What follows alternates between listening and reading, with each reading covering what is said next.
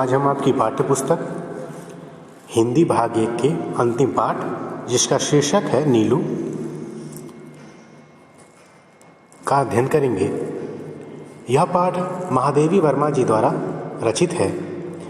महादेवी जी अपने युग की सर्वश्रेष्ठ कवयित्रियों में गिनी जाती हैं। इनका संबंध छायावादी युग से है और छायावादी युग के 4 स्तंभों में से यह भी एक प्रमुख रही हैं।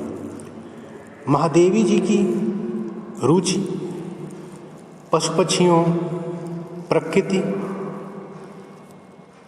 और धरती के अनेक प्राकृतिक संसाधनों में ज़्यादा रही है। पशुओं के प्रति इनका लगाव अत्यधिक रहा है। यही कारण है कि इनकी अनेक रचनाएं पशुओं के ऊपर होती हैं। उनकी एक रचना नीलू, जो कि एक अल्सेशियन कुत्ते के ऊपर है, वह आपके पाठ में संबद्ध किया गया है। इस पाठ में पालतू जानवरों की वफादारी और उनके प्रति हमारी जो सोच है, उनके प्रति जो हमारा व्यवहार है, उन सभी बातों का बड़ा ही विचित्र और बड़ा ही मार्मिक वर्णन किया गया है। यह पाठ बेहद रोमांचक भी है, इसलिए आप इस पाठ को ध्यानपूर्वक समझें। तो चलिए पाठ को शुरू करते हैं। नीलू की कथा उसकी माँ की कथा से इस प्रकार जुड़ी है। नीलू जो है वह अल्सेशियन एक प्रजाति होती है कुत्ते की, उसका बच्चा है। तो ये कथा नीलू पर भी है और उसकी माँ पर भी है। तो यहाँ उन दोनों की कथाओं को जोड़ा गया है, क्योंकि एक के बिना दूसरा अपूर्ण है। अपूर्ण मतलब देखिए अ और पूर्ण। पूर्ण मूल शब्द है, अ उपसर्ग है। अ उपसर्ग जिसके भी पहले लग जाता है वह नकारात्मक भाव पैदा करता है, अर्थात जो कोई पूर्ण ना हो। यहाँ अपूर्ण का अर्थ होगा पूर्ण नहीं है। उसकी अल्सेशियन माँ लूसी, नीलू की माँ का नाम था लूसी, जिसकी एक जाति थी अल्सेशियन, नाम से पुकारी जाती थी। हिरनी के समान वेगवती, हिरन जिस प्रकार से तेज से दौड़ता है उसी प्रकार से वह भी वेगवती थी, अत्यधिक तेज वेग वाली थी। सांचे में ढली हुई देह, उसकी देह बिल्कुल सांचे में जिस प्रकार से ढली हो ऐसी थी, जिसमें व्यर्थ कहने के लिए 1 तोला मांस भी नहीं था। मतलब ना तो ज़्यादा मोटी ना तो ज़्यादा पतली, बिल्कुल सुसंगठित शरीर वाली थी वह। ऊपर काला आभास देने वाले भूरे पीताम्बरों, ऊपर से काले लगने वाले परंतु जो पीताम्बरों, पीले रंग के उसके रोम, जो बाल थे शरीर के पीले थे। बुद्धिमानी का पता देने वाली काली पर छोटी आंखें, उसकी आंखें काली थीं और छोटी थीं। सजग थे कने, खड़े उसके कान हमेशा सजगता से खड़े रहते थे। रोएदार तथा पिछले पैरों के टखनों तक छूने वाली लंबी पूंछ थी उसकी। सब कुछ उसे राजसी विशेषता देते थे। एक राजा की विशेषता से युक्त थी वह अपनी जाति में। वह सामान्य कुत्तों से भिन्न थी। अल्सेशियन कुत्ता एक ही स्वामी स्वीकार करता है। ये उस कुत्ते की जाति है अल्सेशियन, और इसकी विशेषता है कि यह एक ही स्वामी को स्वीकार करता है। यदि परिस्थितियों के कारण एक व्यक्ति स्वामी न बन पाया तो वह सभी का सहचर बन जाता है। मतलब किसी को मालिक नहीं समझता, सभी के साथ समान आचरण करता है, सहचारी या मित्र बन जाता है। दूसरे शब्दों में आदेश किसी का भी नहीं मानता, परंतु स्नेहपूर्वक अगर उससे अनुरोध किया जाए तो वह सबकी बात मानता है। लूसी की स्थिति भी स्वच्छंद सहचारी के रूप में हो गई थी। उत्तरायण से जो पगडंडी 2 पहाड़ियों के बीच से मोटर मार्ग तक जाती थी। उत्तरायण मतलब उत्तर की तरफ से, पगडंडी का अर्थ होता है पतला रास्ता। 2 पहाड़ियों के बीच से मोटर मार्ग तक जाती थी। 2 पहाड़ियों के बीच एक पतला रास्ता था जो कि मोटर मार्ग तक जाता था। उसके अंत में एक ही दुकान थी। जो रोड था जहाँ से गाड़ियाँ चलती थीं, वहाँ पर सिर्फ एक ही दुकान थी जिसमें आवश्यक खाद्य सामग्री प्राप्त हो सकती थी। शीतकाल में अर्थात सर्दी के समय में यह मार्ग बर्फ से भर जाता था। तब दुकान तक पहुँचने में असमर्थ उत्तरायण के निवासी लूसी के गले में रुपया और सामग्री की सूची, साथ एक बड़ा अंगोछा या चादर बांधकर उसके सामान लाने का अनुरोध करते थे, क्योंकि सर्दी की ऋतु में ऊपर बर्फ़ गिरती थी और बर्फ़ में इंसान रास्ता नहीं खोज सकता। इसीलिए वह क्या करते थे, जो कुत्ता था, लूसी थी, उसके गले में पैसे रख देते थे और ऊपर एक चादर बांध देते थे जिसमें सामान भरकर वह लाती थी। वंश परंपरा से बर्फ में मार्ग बना लेने की सहज चेतना के कारण वह सारे व्यवधान का अर्थ होता है परेशानियां, पार कर दुकान तक पहुंच जाती थी, क्योंकि वह उसकी जात की विशेषता थी कि वह बर्फ में मार्ग बना लेती है। इसी कारण उसे कोई परेशानी नहीं होती थी। दुकानदार उसके गले में कपड़ा खोलकर रुपए, सूची आदि लेने के बाद जो दुकानदार था उसके गले से सूची लेता था, जो सामान चाहिए था उसकी सूची, और रुपए लेने के बाद सारे सामान को गठरी की तरह उसके पीठ पर बांध देता था। और लूसी सारे बोझ के साथ बर्फीले मार्ग पार करती हुई सकुशल लौट आती थी। सकुशल मतलब उपसर्ग है, कुशल मूल शब्द है, इसका अर्थ है बिल्कुल कुशलता से, सही सलामत। किसी दिन उसे कई बार जाना पड़ता था। कभी चीनी मंगवाई और चाय रह गई, कभी आटा याद रहा और आलू भूल गए, पर लूसी मंगवाने वालों के भुलक्कड़पन से कभी कोई शिकायत नहीं करती रही। गले में कपड़ा बांधते ही वह एक तीर की तरह दुकान की ओर चल देती। लोग अक्सर भूल जाते थे, कुछ सामान मंगाते थे फिर उसको भेज देते थे कुछ सामान लाने के लिए, तो लेकिन लूसी ने कभी मना नहीं किया और कभी उनसे नाराज़ भी नहीं हुई। उसकी तत्परता के कारण मंगाने वालों में भूलने की प्रवृत्ति का अर्थ होता है मन का झुकाव, मतलब वह किसी से मना नहीं करती थी, किसी से शिकायत नहीं करती थी, इसी कारण लोगों को भूलने की आदत पड़ गई। एक दिन अधिक ऊंचाई पर बसे किसी पर्वतीय ग्राम से भटकता हुआ एक भूटिया कुत्ता दुकान पर आ गया, और भूटिया भी एक प्रजाति है कुत्ते की, और लूसी से उसकी मैत्री हो गई। उन दोनों की आकृति की वही भिन्नता थी जो एक तराशी हुई सुडौल मूर्ति और अनगढ़ मतलब बिना गढ़ा हुआ, शिलाखंड मतलब चट्टान का टुकड़ा, क्योंकि चट्टान से ही मूर्ति बनाई जाती है। लेकिन कुछ चट्टानें आप देखेंगे तो बिना, जो अनगढ़ चट्टान होती है वह अच्छी नहीं लगती, लेकिन उसी चट्टान को अगर गढ़ दिया जाए तो वह मूर्ति बन जाती है। तो इन दोनों की ऐसी विशेषता थी, क्योंकि लूसी सुडौल थी और यह जो भूटिया कुत्ता था यह एक शिलाखंड के समान था, अनगढ़ शिलाखंड के समान, चट्टान के समान। परंतु दुर्दिन के साथ ही दोनों के कारण वे सहचर हो गए। दुर्दिन का अर्थ है, दुर इसमें उपसर्ग है, दिन मूल शब्द है। दुर जो है बुरा का भाव प्रकट करता है, अर्थात बुरे दिन। ये बुरे दिन के साथी होने के कारण सहचर हो गए, साथी हो गए। उन्हीं सदियों में लूसी ने दो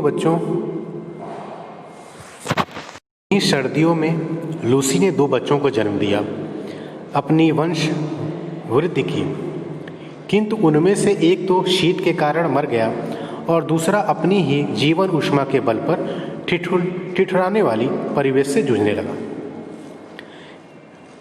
लूसी ने दो बच्चों को जन्म दिया, उनमें से एक की मृत्यु हो गई ठंड के कारण, परंतु दूसरा जो बच्चा था वह अपनी जीवन ऊष्मा, क्योंकि जो हमारे शरीर की जो ऊष्मा होती है उसे जीवन ऊष्मा कहते हैं, वो हमारे जन्म के साथ ही हमारे साथ आती है। तो अपने जन्म के साथ जो उसे ऊष्मा मिली थी उसी के बल पर वह उससे जूझने लगा। शीत ऋतु में लकड़बग्घे प्रायः ऊंचे पर्वतीय अंचल से नीचे उतर आते हैं, क्योंकि वहाँ बर्फ पड़ती है ज़्यादा, तो लकड़बग्घे जो हैं वह नीचे आ जाते हैं पर्वतों से और बर्फ में भटकते हुए मिल जाते हैं। वैसे तो वह हिंसक जीव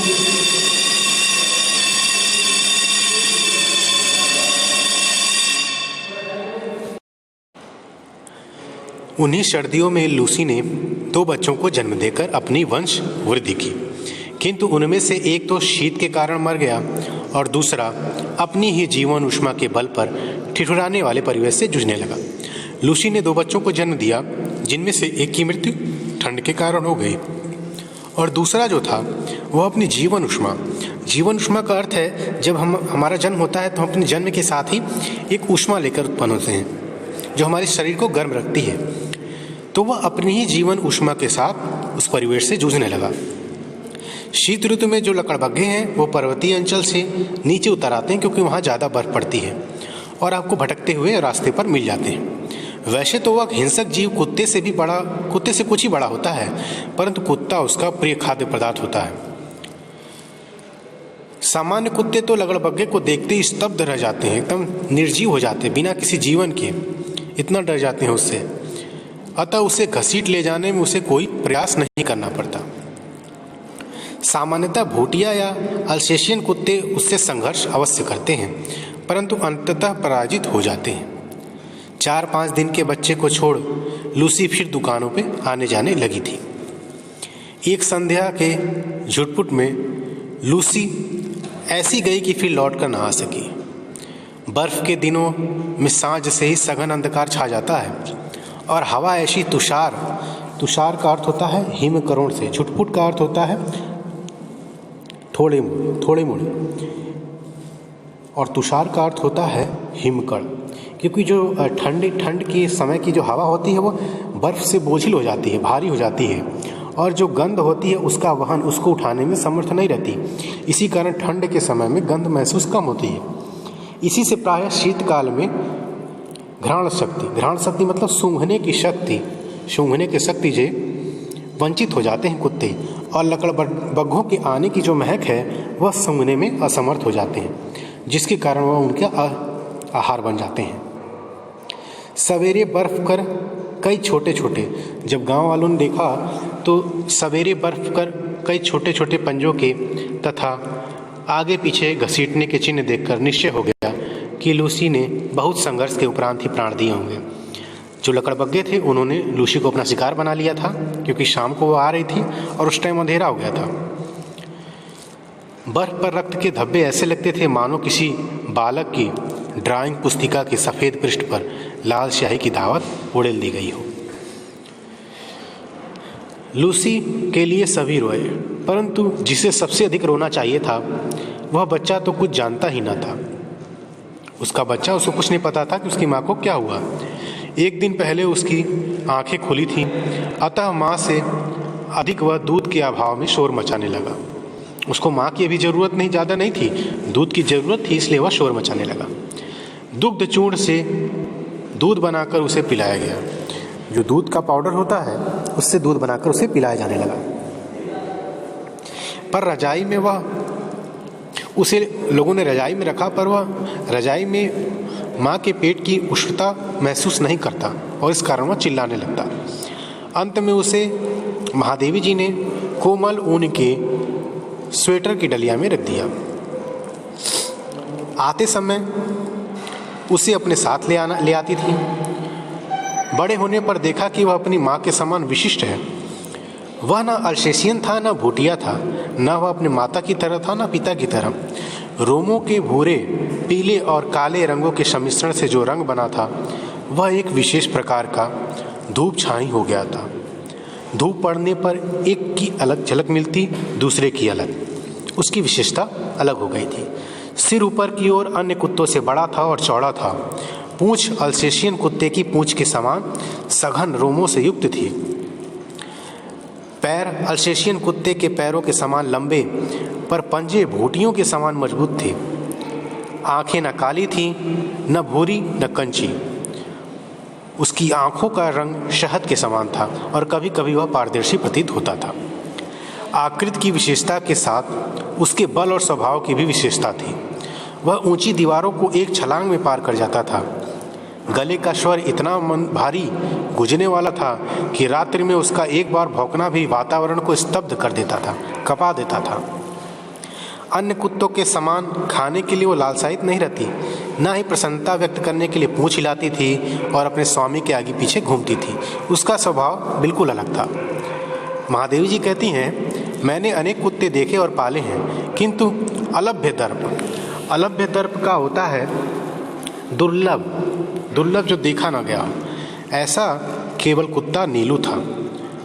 उसके प्रिय से प्रिय खाद्य को भी उसकी अवज्ञा में, मतलब अगर वह नाराज है उसके प्रिय भोजन को भी आप उसके सामने रख दें तो वह नहीं खाता था। यदि उसे किसी बात पर झिझक या डांट दिया जाता तो बिना मनाए वो मेरे सामने आता न था। वह प्रत्येक आने जाने वाले का निरीक्षण करता था। मुझसे मिलने में वह प्रायः सबको पहचानता था। जो उनसे महादेवी जी से मिलने आते थे लोग सबको पहचानता था। किसी विशेष परिचित को आया देखकर वह सदर्प धीरे धीरे भीतर आकर मेरे कमरे के दरवाजे पर खड़ा हो जाता था। उसका इस प्रकार आना मेरे लिए किसी मित्र की उपस्थिति की सूचना देता था। मुझसे आ रही हूँ सुनने के उपरांत वह पुनः बाहर अपने निश्चित स्थान पर बैठ जाता था। न जाने किस सहज चेतना से वह अपरिचित या असमय आए व्यक्ति को जान लेता था। तब नितांत निरपेक्ष और उदासीन भाव से उसका घंटी बजाना, नौकर का आकर समाचार ले जाना आदि देखता रहता था। कुत्ते भाषा नहीं जानते, ध्वनि पहचानते हैं। नीलू की ध्वनि ज्ञान इतना विस्तृत हो गया था कि उससे कुछ कहना भाषा जानने वाले मनुष्य से बात करने के समान हो गया था। वह मनुष्य की भाषाएं समझता था। यदि कोई रास्ते में उससे कह देता कि गुरुजी तुम्हें ढूंढ रही थी, तो नीलू विद्युत की तरह, बिजली की तरह चार दीवारी कूद कर मेरे कमरे के सामने बाहर आकर खड़ा हो जाता था और आदेश का इंतजार करता था। फिर कोई काम नहीं है जाओ कहने से पहले वह मूर्तिवत एक स्थिति में ही खड़ा रहता था जब तक उससे कहने दिया जाए कि कोई काम नहीं है जाओ। कभी कभी महादेवी जी कार्यों में व्यस्त रहती थीं तो वह वैसे का वैसा ही खड़ा रहता था।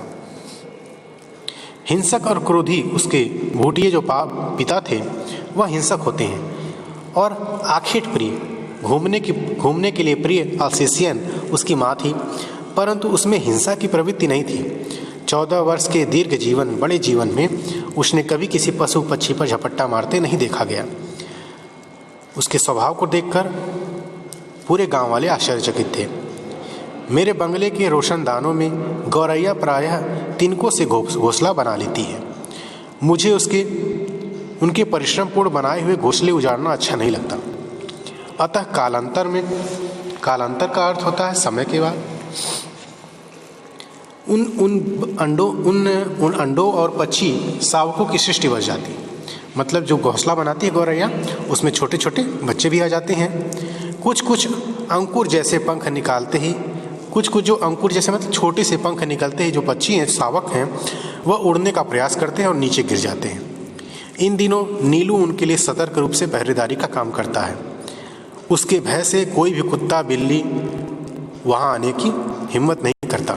कभी कभी शावक जो नीचे गिर जाते हैं पक्षियों के, उनको वह मुंह में दबाकर महादेवी जी के पास लाता है और उनसे आग्रह करता है इस प्रकार कि उनको फिर से घोंसले में डाल दिया जाए। इसके बाद महादेवी जी लिखती हैं कि सवेरे नियमानुसार जब मैं मोर, खरगोश आदि का दाना देकर निकलती हूँ तो वह चाहे जाड़ा हो चाहे बरसात मुझे दरवाजे पर ही मिलता है और मेरे साथ साथ घूमता है। पक्षियों के कक्ष में 2 फुट ऊंची दीवार पर जाली लगी हुई थी। नीलू दीवार पर दोनों पंजे रखकर खड़ा हो जाता और अपनी गोल आंखें घुमाकर चारों प्रत्येक कक्ष में और रहने वालों का निरीक्षण करता। उसके इस नियम में भी व्यतिक्रम नहीं पड़ा, व्यवधान नहीं पड़ा। आगे कहती हैं, उसका रात का कर्तव्य भी स्वेच्छा स्वीकृत और निश्चित। उसका जो रात में जो कर्तव्य रहता था वह भी निश्चित था। वह गर्मियों में बाहर लान पर और सर्दियों में बरामदे के तख्त पर बैठकर पहरेदारी का कार्य करता था। रात में कई बार वह पूरे घेरे का और पशु पक्षियों का चक्कर लगाया करता था। एक बार खरगोश धरती के भीतर सुरंग जैसे लंबे और दोनों ओर, क्योंकि महादेव जी के पास कई जंतु थे, उसमें खरगोश भी था, उन्होंने क्या किया, एक बार खूब लंबी सुरंग खोदी और दूसरे तरफ पड़ोसी के मकान में वह निकलने लगे। जंगली बिल्ले द्वारा कुछ खरगोशों को छत विच्छत हानि पहुंचा दी गई, किंतु सौभाग्य से जो पहरेदार था नीलू, उसको यह पता चल गया और वह कूद कर जल्दी से वहाँ गया और खरगोशों को बचाने का काम किया। लेकिन खरगोश उस बिल से बाहर न निकल पाए, उस छेद से, उस सुरंग से बाहर न निकल पाए, इसलिए उसको ठंड भरी रात में वहीं पहरा देना पड़ा। उसके कारण उसका स्वास्थ्य खराब हो गया, उसे न्यूमोनिया हो गया। उसे इंजेक्शन लगाना पड़ता था, दवा का कष्ट भी झेलना पड़ा, परंतु वह सब यह सहजता से सह लेता था। एक बार मोटर गाड़ी की दुर्घटना में महादेवी जी को जब अस्पताल जाना पड़ा तब संध्या तक वह, शाम तक वह उनकी प्रतीक्षा करता रहा। और जब घर से चादर, कंबल और सामान अस्पताल ले जाया जाने लगा, तब उसको समझ में आ गया कोई अनिष्ट हुआ है, कोई कुछ हुआ है जिसके कारण ये सारे काम हो रहे हैं। तो वह विषादमयी निश्चेष्टा, विषाद का अर्थ होता है दुख, चेष्टा का अर्थ होता है सुस्त होकर। विषादमय निश्चेष्टा मतलब दुख से सुस्ती की अवस्था में बैठ गया। खाना पीना उसने बंद कर दिया। जब 3 दिनों तक उसने कुछ न खाया, तब डॉक्टर की अनुमति लेकर उसे अस्पताल लाया गया। पट्टियों के घटाटोप में, घटाटोप मतलब ढका हुआ, महादेवी जी पूरी तरह से पट्टियों से ढकी हुई थी और उनको ऐसे वह देखकर पलंग के इधर उधर घूमने लगा। और जब उसने अच्छे से महादेवी जी को पहचान लिया, तब वह उनके नीचे पहले की भांति उनके बेड के नीचे बैठ गया। तब से हर दूसरे वह अस्पताल आने के लिए जिद करता था, अनशन करता था और उसे लाना पड़ता था। इस प्रकार वह डॉक्टरों और नर्सों से परिचित हो गया। नीलू को 14 वर्ष का जीवन मिला और जन्म से मृत्यु के क्षण तक वह उनके साथ ही रहा। कुत्तों में वह केवल कजली के समीप से ही प्रसन्न रहता था, परंतु कजली और बादल एक क्षण के लिए भी एक दूसरे से अलग नहीं रह सकते थे। परिणाम स्वरूप नीलू बेचारा अकेला ही रहा। जीवन के समान उसकी मृत्यु भी दैन्य से रही थी। कुत्ते की मौत मरना कहावत है, परंतु नीलू के समान शांत, निर्लिप्त भाव से कोई मृत्यु का सामना कर सकता है, उसका मनुष्य भी इच्छित है कि नीलू की मृत्यु निर्लिप्त का अर्थ होता है लगाव रहित, इस प्रकार से हुई थी। तो ये थी महादेवी जी की एक रचना जिसमें वफादार पशुओं के प्रति हमारा व्यवहार किस प्रकार से होना चाहिए, इन सभी बातों का वर्णन किया गया।